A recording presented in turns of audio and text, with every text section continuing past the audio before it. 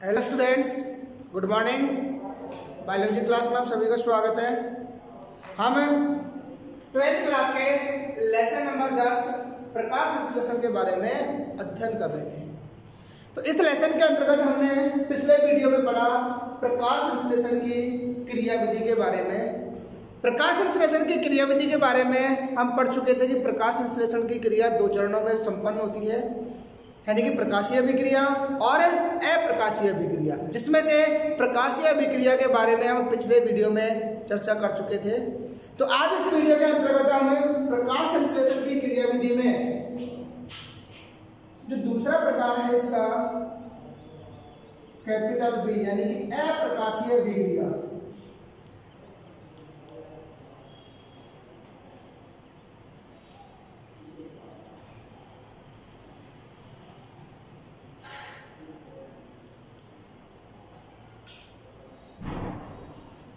तो हम प्रकाश संश्लेषण की क्रियाविधि के अंतर्गत आज अप्रकाशीय अभिक्रिया के बारे में अध्ययन करेंगे। देखिएगा बेटा, अप्रकाशीय अभिक्रिया जो है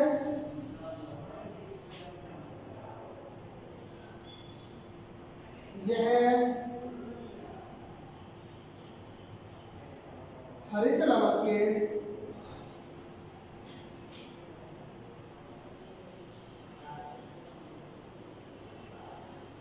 स्ट्रोमा भाग में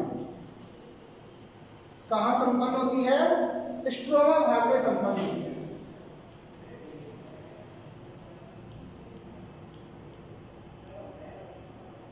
जबकि हमने देखा कि जो प्रकाशीय अभिक्रिया थी वो हरित लवक के ग्रेना भाग में होते थे, लेकिन अप्रकाशीय अभिक्रिया हरित लवक के स्ट्रोमा भाग में संपन्न होती है। हमने देखा कि प्रकाशीय अभिक्रिया के लिए प्रकाश की आवश्यकता होती है, लेकिन अप्रकाशीय अभिक्रिया के लिए प्रकाश की आवश्यकता नहीं होती।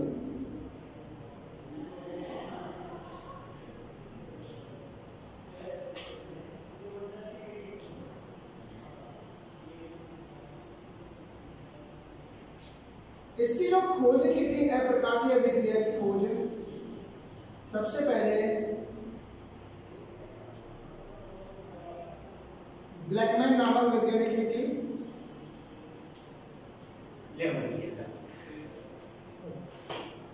किसने की थी? ब्लैकमैन ने। लेकिन अप्रकाशीय अभिक्रिया की जैव रासायनिक अभिक्रिया का जो अध्ययन किया, जैव रासायनिक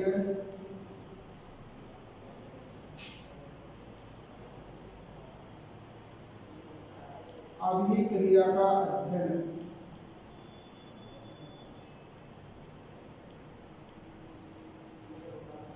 किसने किया बेटा? केल्विन और बेंसन ने। तो अप्रकाशीय अभिक्रिया की खोज तो की थी ब्लैकमैन ने, लेकिन इसकी जैव रासायनिक अभिक्रिया का अध्ययन किया था केल्विन तथा बेंसन नामक वैज्ञानिक ने। देखो बेटा, जो अप्रकाशीय अभिक्रिया है, इस अप्रकाशीय अभिक्रिया में CO2 का अपचयन होता है और CO2 के अपचयन के द्वारा ग्लूकोज यानी कि कार्बोहाइड्रेट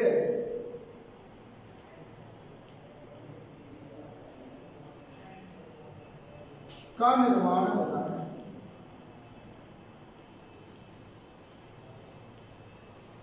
अतः इस अभिक्रिया को कार्बन का स्थिरीकरण भी कहा जाता है। यानी कि जो अप्रकाशीय अभिक्रिया है, इस अप्रकाशीय अभिक्रिया को कार्बन का या CO2 का स्थिरीकरण भी कहते हैं, क्योंकि यहाँ पर CO2 का अपचयन होता है। अपचयन के द्वारा ग्लूकोज यानी कि कार्बोहाइड्रेट का निर्माण होता है। अब देखिएगा, विभिन्न प्रकार के जो पादप हैं, इन अलग अलग पादपों में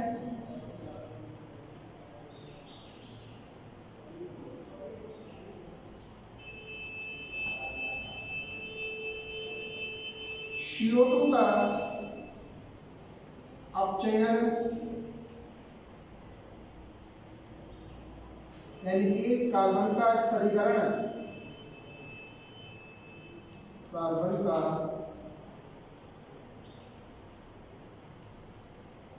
स्थिरीकरण अलग अलग प्रकार से होता है, लेकिन कहें कि 3 प्रकार से होता है।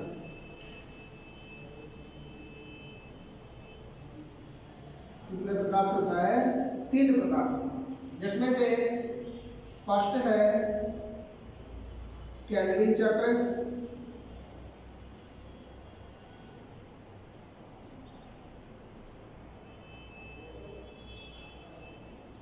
यह इसे C3 चक्र भी कहते हैं। सेकेंड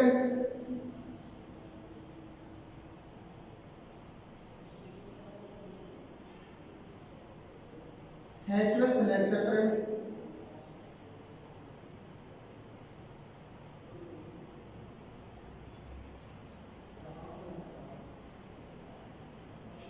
यह इसे C4 चक्र भी कहते हैं। और थर्ड है केम चक्र,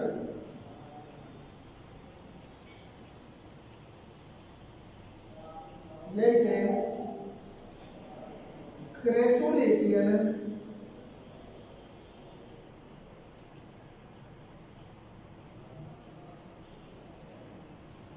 अम्ल उपापचय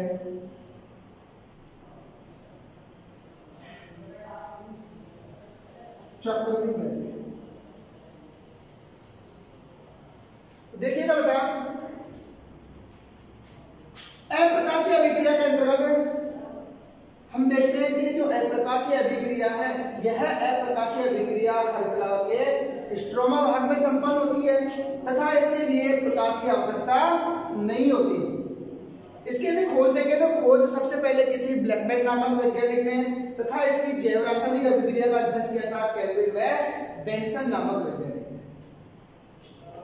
इस अप्रकाशीय अभिक्रिया के अंतर्गत CO2 का अपचयन होता है तथा ग्लूकोज यानी कि कार्बोहाइड्रेट का निर्माण होता है। इसीलिए इस अप्रकाशीय अभिक्रिया को कार्बन का स्थिरीकरण भी कहा जाता है।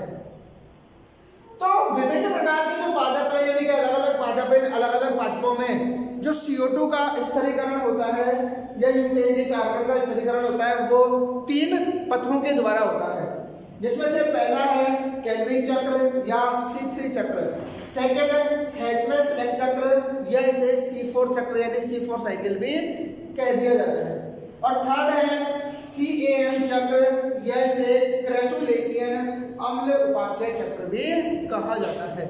तो इन तीनों चक्रों में से एक एक चक्र का हम अध्ययन करेंगे। तो सबसे पहले देखते हैं हम केल्विन चक्र या C3 चक्र।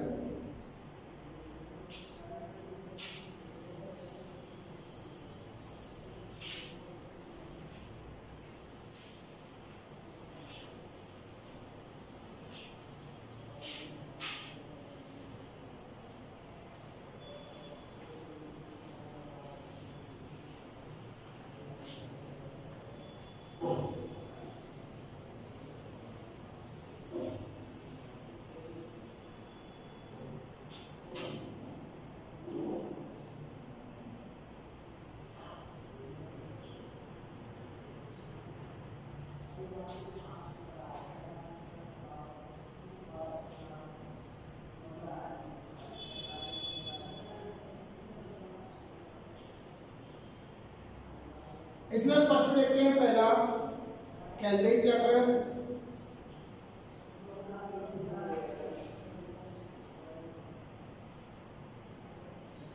या C3 चक्र।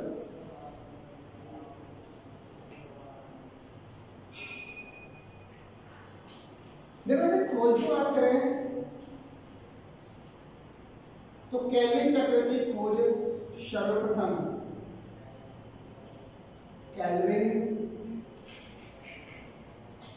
व बेंसन नामक वैज्ञानिक ने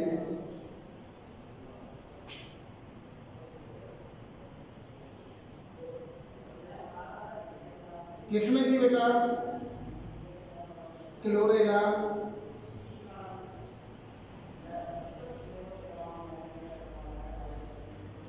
व सिनेडेस्मस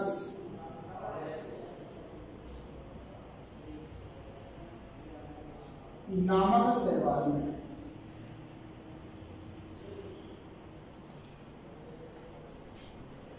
इस केल्विन चक्र में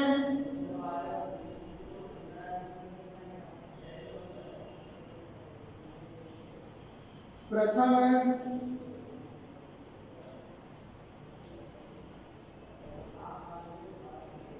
इस केल्विन चक्र के अंतर्गत निर्मित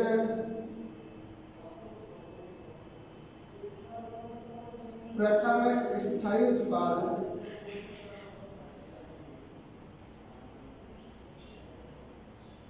फास्फोग्लिसरिक अम्ल होता है, जो कितने कार्बन का होता है? 3 कार्बन का। इसीलिए इसे C3 चक्र कहा जाता है। इस C3 चक्र के अंतर्गत CO2 का ATP व NADPH2 द्वारा अपचयन होता है तथा ग्लूकोज या कार्बोहाइड्रेट का निर्माण होता है।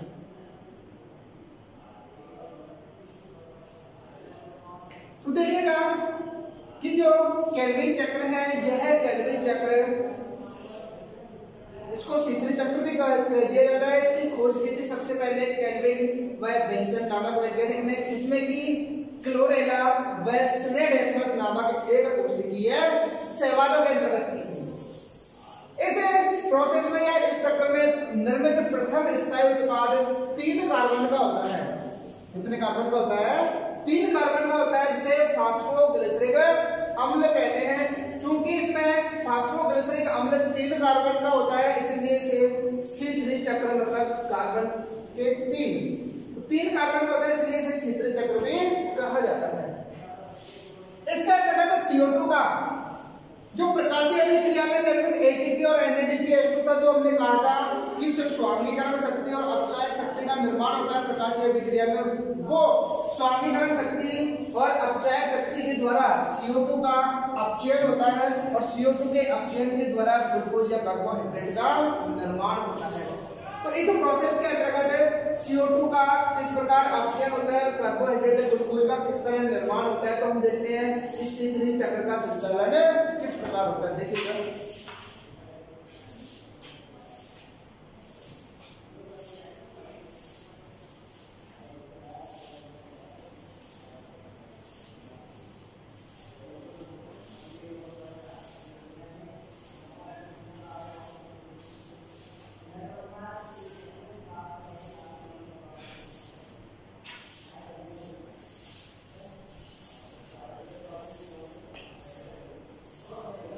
देखो बेटा, इसकी शुरुआत होती है राइबोज मोनोफॉस्फेट से।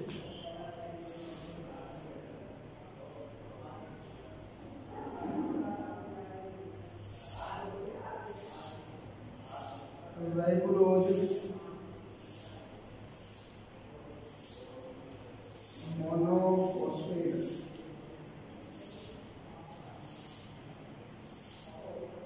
यानी कि RUNP,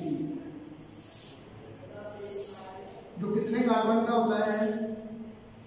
5 कार्बन का। इसके कितने अणु लेंगे? क्योंकि हमें एक ग्लूकोज के अणु का निर्माण करना है, इसलिए इसके 6 अणु काम में आते हैं। कितने अणु? 6। इस राइबोलोज मोनोफॉस्फेट का फास्फोरिलीकरण होता है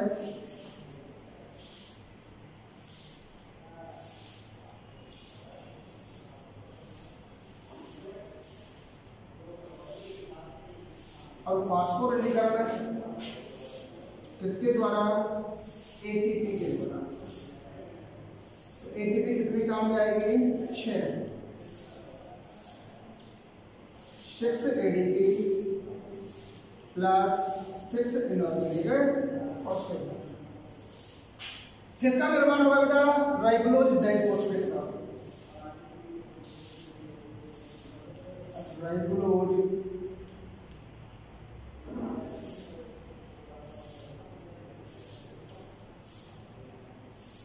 डाइफॉस्फेट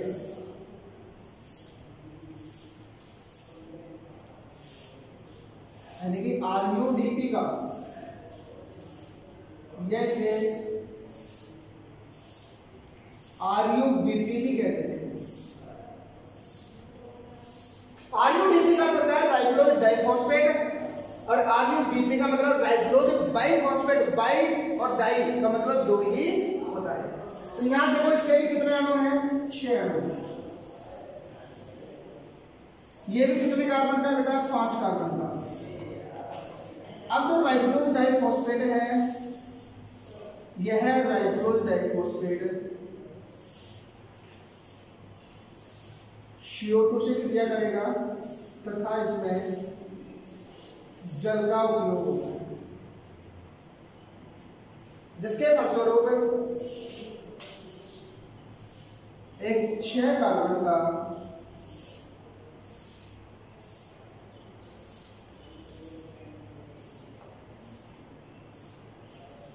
अस्थायी यौगिक बनता है।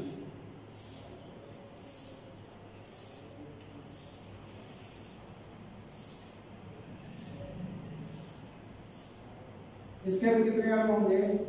6 अणु होंगे, जो कि शीघ्र ही 3 कार्बन के स्थायी उत्पाद में परिवर्तित हो जाता है, जिसे कहते हैं फास्फोग्लिसरिक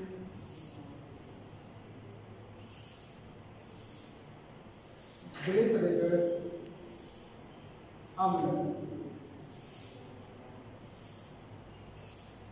यानी कि PGA।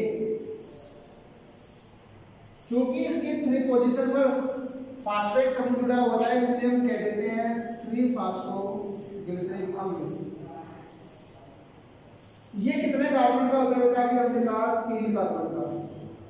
इसीलिए चूंकि 6 अणु थे, 3 कार्बन का, तो इसके कितने अणु हो जाएंगे? 12 अणु।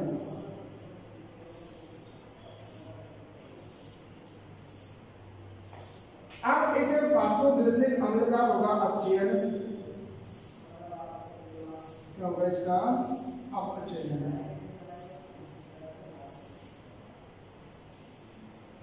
और अपचयन किसके द्वारा होगा?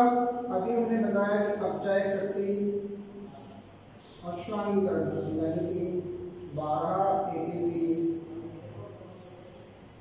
Plus 12 NADP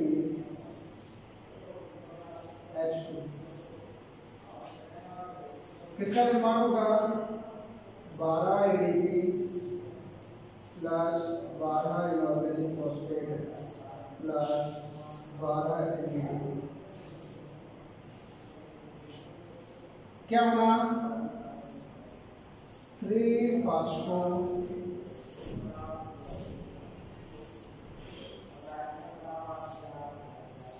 ग्लिसरैल्डिहाइड।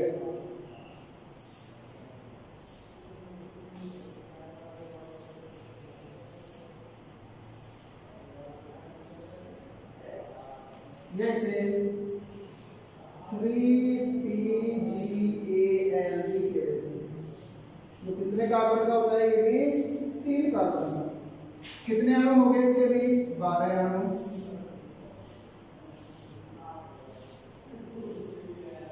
अब देखो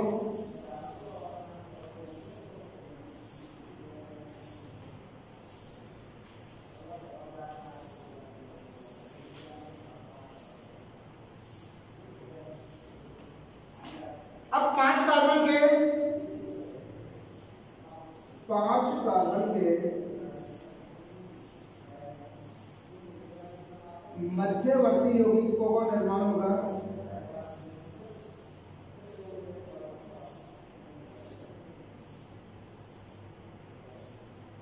जिनसे आगे चलकर वापस आरयूडीपी का निर्माण हो जाता है।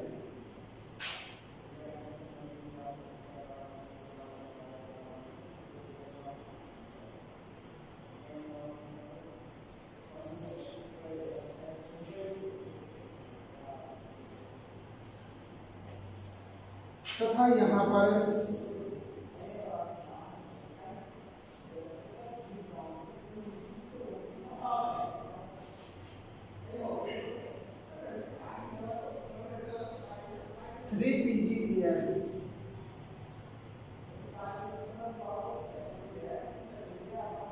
फिर कितने अणु? 2 अणु।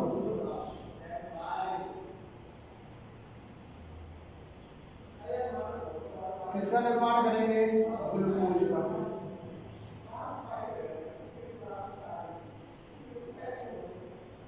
और ये जो ग्लूकोज है उससे आगे सुक्रोज या किसका निर्माण हो जाएगा? स्टार्च का।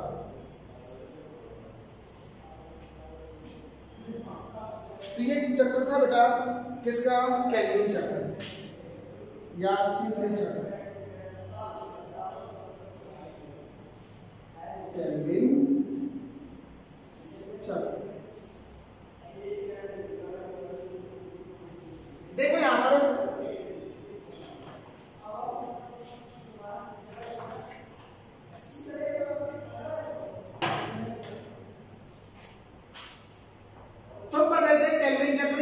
C3 चक्र। इस केल्विन चक्र के अंतर्गत 3 प्रोसेस होती है, यानी कि कार्बोक्सिलीकरण होगा। सबसे पहले तो फास्फोरिलीकरण होगा, फिर कार्बोक्सिलीकरण होगा, उसके बाद में अपचयन होगा। अपचयन के पश्चात पुनर्योजन की क्रिया होती है। तो यदि हम फास्फोरिलीकरण प्रोसेस को भी शामिल कर ले तो कुल 4 स्टेप होते हैं इसमें। तो देखिएगा जो केल्विन चक्र है इसके कुछ पद है। कौन कौन से पद है? फास्फोरिलीकरण,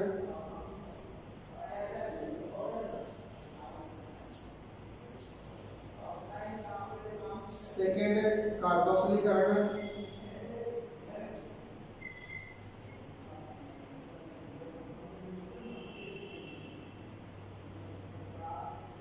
थर्ड अपचयन और चौथा है पुनर्योजन।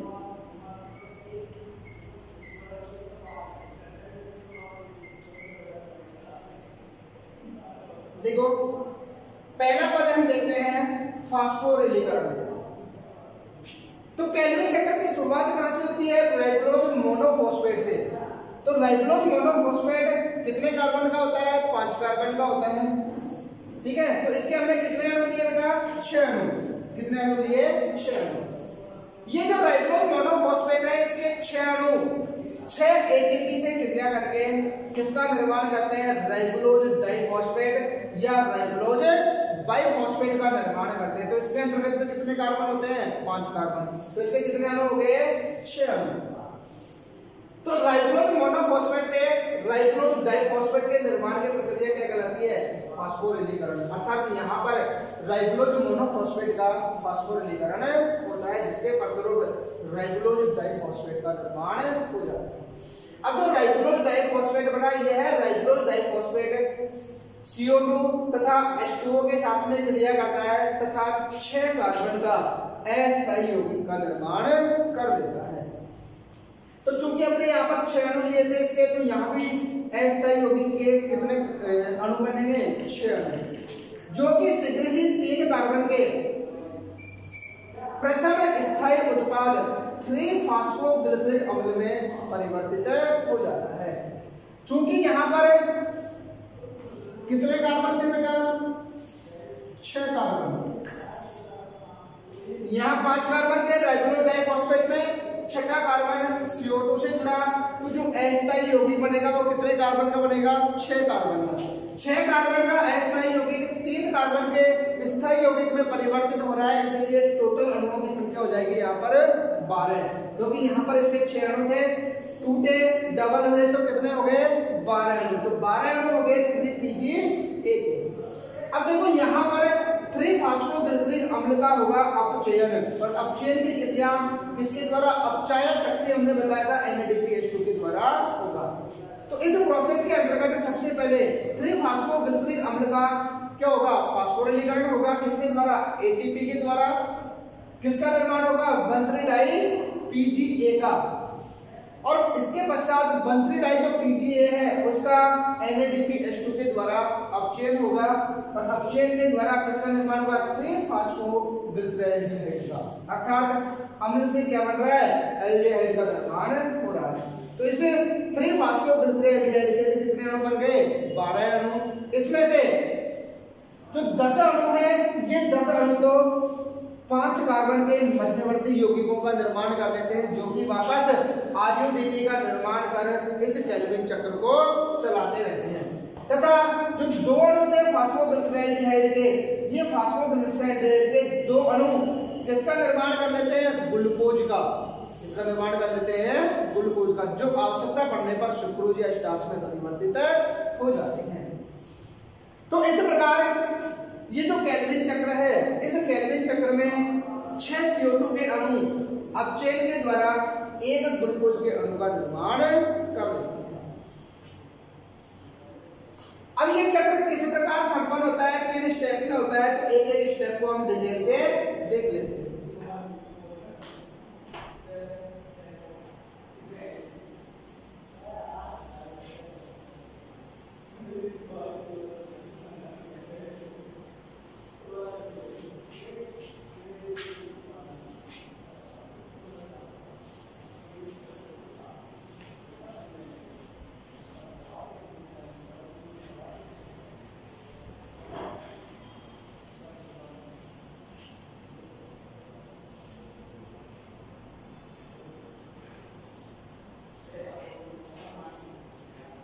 देखो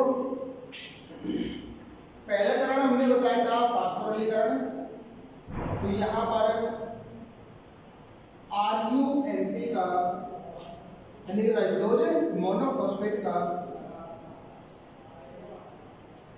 फास्फोरिलीकरण होता है।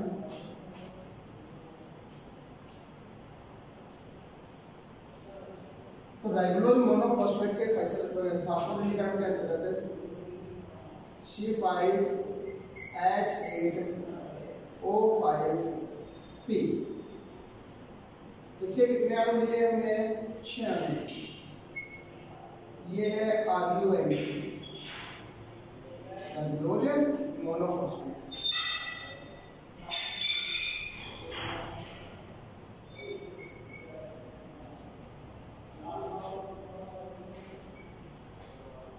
इस RUNP के 6 अणु ATP कितने, 6, ADP प्लस इनऑर्गेनिक फॉस्फेट कितने अणु होंगे, 6। किसका निर्माण होगा, राइबोलोज डाइफॉस्फेट का। 6 अणु किसके बन गए, C5H8O5P। यह है RUDP या RUBP। तो यहां देखो फर्स्ट स्टेप में RUNP यानी राइबोलोज मोनोफॉस्फेट का फास्फोरिलीकरण होता है। तो RUNP के 6 अणु 6 ATP के साथ क्रिया करके 6 अणु RUDP का निर्माण कर लेते हैं। सेकेंड स्टेप हमने बताया था कार्बोक्सिलीकरण का, तो दूसरा स्टेप है कार्बोक्सिलीकरण।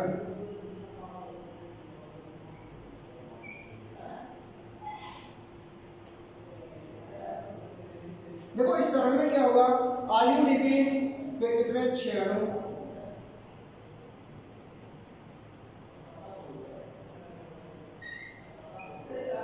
C5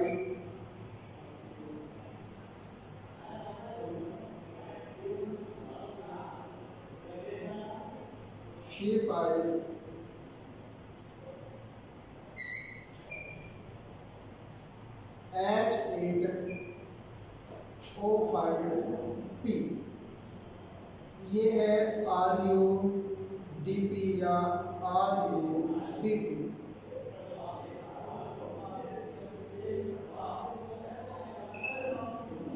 किसके द्वारा? 6 CO2 प्लस 6 H2O। यहाँ पर एंजाइम का नाम आएगा RUBP कार्बोक्सिलेज। कौन से एंजाइम का नाम आया? RUBP carboxylase. अब किसका निर्माण होगा? 6 कार्बन के अस्थायी यौगिक का। तो 6 अणु किसके बने बेटा?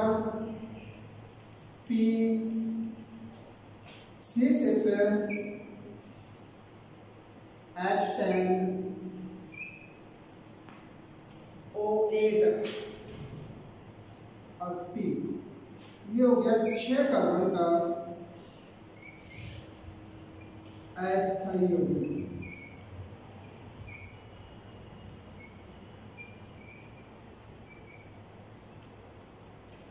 इसका निर्माण हुआ 6 कार्बन के अस्थायी यौगिक का निर्माण हुआ, जो हमने कहा कि शीघ्र ही 3 कार्बन के स्थायी यौगिक में परिवर्तित हो जाता है। P3H5O4, ये क्या हो गया? 3PGA फास्फोग्लिसरिक अम्ल के कितने अणु बने? 12 अणु। कितने कार्बन है इसमें? 3। कितने कार्बन है इसमें? 3 कार्बन है। नेक्स्ट देखो, थर्ड स्टेप अपचयन।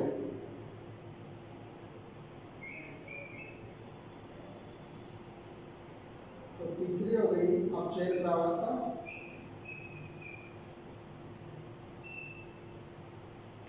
तो यहां पर देखो, जो 3PGA था, 3-फॉस्फोग्लिसरिक एसिड था, इस 3-फॉस्फोग्लिसरिक एसिड का अपचयन होगा तो 12 अणु इसके C3H5O4P के, सॉरी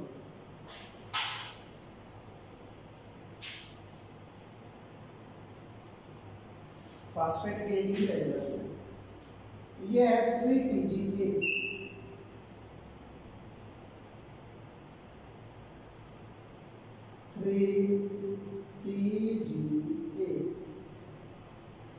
अब 3PGA का हमने कहा था ATP के द्वारा फॉस्फोरीकरण होगा पहले, फिर 1,3-PGA बनेगा। यहां पर हम डायरेक्टली बता रहे हैं।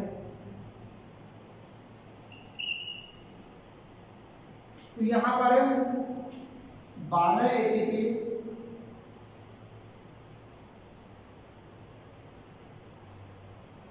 व 12 NADPH,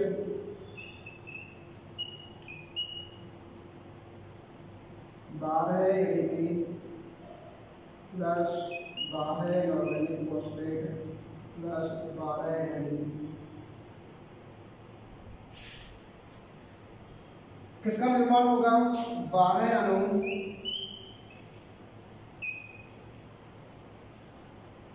C3H5O3P के, ये हो गया 3PGAN, 3-फॉस्फोग्लिसराइड, जो कितने कार्बन का है?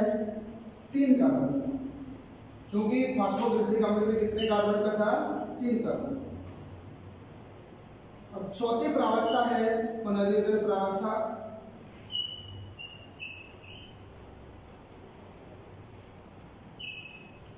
पुनर्योजन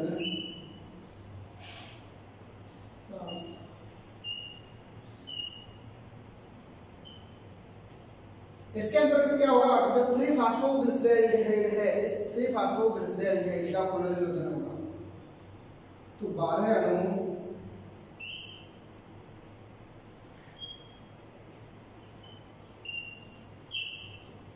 किसके,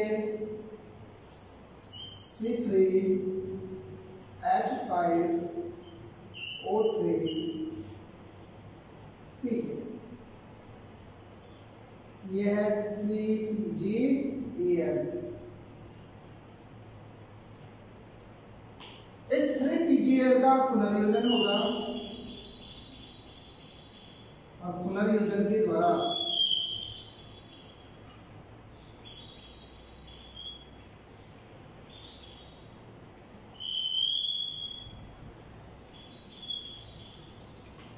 यहां हमने ले लिए 2 अणु, 12 अणुओं में से 2 अणु उधर ले लिए, 10 अणु उधर ले लिए। तो जब हमने इसमें से 3PgAl के 2 अणु लिए तो ये हो गया 6H10O6P2। जब हमने C3H5O3P के 10 अणु एक तरफ लेंगे तो ये हो जाएगा बेटा C30H15O30 और P10। अब देखो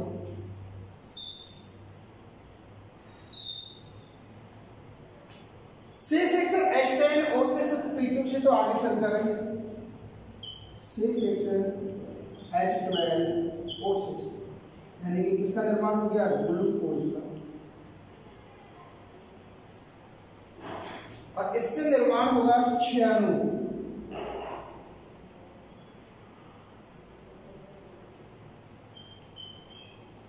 किसके बनेंगे, RUDP के, C5H10O5P2। देखो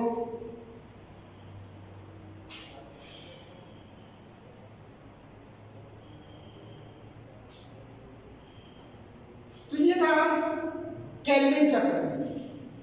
केल्विन चक्र में देखो सबसे पहले RUMP का फॉस्फोरिलीकरण होगा, जिसमें 6 अणु RUMP अर्थात राइबोज मोनोफॉस्फेट के लिए, ये RUMP के 6 अणु ATP के साथ क्रिया करके किसका निर्माण करेंगे, 6 अणु राइबोज डाइफॉस्फेट का निर्माण कर लेते हैं। तो ये कितने कार्बन का होता है बेटा, 5 कार्बन का, कितने का, 5 कार्बन का। और RUDP में कितने कार्बन का है, 5 कार्बन का। सेकेंड स्टेप में क्या होगा, कार्बोक्सीकरण प्रावस्था है। इस कार्बोक्सीकरण प्रावस्था में RUDP या RUBP के 6 अणु RUBP कार्बोक्सिलेज एंजाइम की उपस्थिति में CO2 तथा H2O से क्रिया करेंगे और एक 6 कार्बन के अस्थायी यौगिक का निर्माण कर लेगा, जो क्या होगा, P2C6H10O8 होगा, जो कि शीघ्र ही 3 कार्बन के स्थायी उत्पाद में परिवर्तित हो जाता है। तो 3 कार्बन का जो स्थायी उत्पाद होगा वो है 3-फॉस्फोग्लिसरिक अम्ल, यानी कि C3H5O4P। अब देखो नेक्स्ट तीसरा प्रावस्था है इसकी अपचयन प्रावस्था। इस अपचयन प्रावस्था के अंतर्गत जो 3-फॉस्फोग्लिसरिक अम्ल था, ऐसे 3-फॉस्फोग्लिसरिक अम्ल का अपचयन होगा, किसके द्वारा, ATP व NADPH2 के द्वारा। तो इस 3-फॉस्फोग्लिसरिक अम्ल का सबसे पहले ATP के साथ फॉस्फोरीकरण होगा और 1,3-डाई-PGA मतलब 1,3-डाई-फॉस्फोग्लिसरिक अम्ल का निर्माण होगा। उसके पश्चात 1,3-डाई-फॉस्फोग्लिसरिक अम्ल का 12 NADPH2 के द्वारा अपचयन होगा। अपचयन के द्वारा 3-फॉस्फोग्लिसरॉल्डिहाइड का निर्माण होता है। तो यहाँ पर देखो 12 अणु 3 फास्फोग्लिसरिक अम्ल के ATP व NADPH2 के साथ क्रिया करके 12 अणु 3 फास्फोग्लिसराल्डिहाइड का निर्माण कर लेते हैं। नेक्स्ट और लास्ट प्रावस्था है पुनर्योजन प्रावस्था। अब देखो यहाँ पर जो 12 अणु 3 फास्फोग्लिसराल्डिहाइड के थे, ये 12 अणु 3 फास्फोग्लिसराल्डिहाइड के पुनर्योजन के द्वारा एक अणु तो ग्लूकोज का निर्माण कर लेते हैं तथा जो हमने शुरुआत में 6 अणु लिए थे किसके RUDP के, वो 6 अणु वापस हमें प्राप्त हो जाते हैं जो कि पुनः C3 चक्र का संचालन करते रहते हैं। तो यहाँ देखो टोटल 12 अणु है किसके 3 फास्फोग्लिसराल्डिहाइड के। इन 12 अणुओं में से हमने 2 अणु तो एक तरफ ले लिए और 10 अणु एक तरफ ले लिए। तो यहाँ देखो ये 2 अणु है एक तरफ लिए तो क्या हो गया C6H10O6 और C2। इसी प्रकार 10 अणु हमने एक तरफ लिए तो 10 से गुणा किया तो C30 H50 O30 और P10।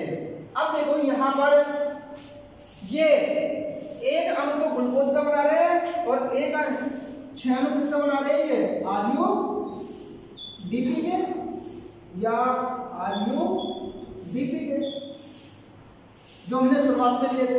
तो यहाँ देखो ग्लूकोज का सूत्र होता है C6H12O6 और यहाँ हमारे पास है C6H10O6P2। तो यहाँ पर देखिएगा ग्लूकोज में फास्फोरस नहीं होती, इसीलिए यहाँ पर 2 फास्फेट समूह अलग होंगे यानी कि निकलेंगे। तो माइनस हमने कर दिया 2P। यहाँ पर देखो C6 है H10 H12 यानी कि 2 हाइड्रोजन ज्यादा है तो इसमें 2 हाइड्रोजन कम आएंगे तो हमने कर दिया 2H+ यानी कि 2 हाइड्रोजन हमने जोड़ दिए। तो किसका निर्माण हो गया ग्लूकोज का। यहाँ देखो C30 H50 O30 और P10।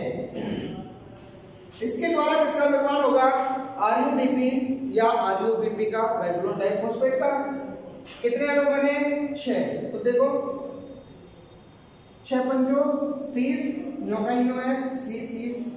H कितने हैं 6 × 48 यहाँ H कितने हैं 50। इसका मतलब यहाँ पर 2 हाइड्रोजन निकलेंगे और जो 2 हाइड्रोजन यहाँ निकलेंगे वो 2 हाइड्रोजन ग्लूकोज निर्माण में प्रयुक्त हो जाएंगे और C6H12O6 का निर्माण कर लेंगे। यहाँ देखो O कितने हैं 30 6 पंजो 30 बिल्कुल राइट है। यहाँ पर फास्फेट कितने हैं 10 तो फास्फोरस कितने हैं 10 और यहाँ पर कितने हैं 6 दूनी का 12 है। इसका मतलब इसमें 2 फास्फेट समूह जुड़ेंगे तो 2P। तो यहाँ देखो कुल मिलाकर बात यह है कि जो पुनर्योजन प्रावस्था थी इस पुनर्योजन प्रावस्था में 2 अणु PgAl के तो क्या बना लेंगे एक ग्लूकोज का अणु और 10 अणु जो है इसके PgAl के उनके द्वारा RUDP या RUBP का निर्माण हो जाता है। इस दौरान जो 2 हाइड्रोजन की यहाँ कमी थी वो यहाँ से प्राप्त हो जाती है। ठीक है तो यहाँ 2 हाइड्रोजन निकल रहे और 2 प्लस हो गई। यहाँ पर 2 फास्फेट समूह की जरूरत है तो 2 फास्फेट समूह यहाँ से निकल रहे हैं तो यहाँ प्लस हो जाएंगे और किसका निर्माण कर लेंगे RUDP या RUBP का निर्माण कर लेंगे जो कि इस चक्र में पुनः प्रवेश करके इस C3 चक्र का संचालन करता रहता है। तो ये था बेटा केल्विन चक्र। इस वीडियो में इतना ही। Thank you.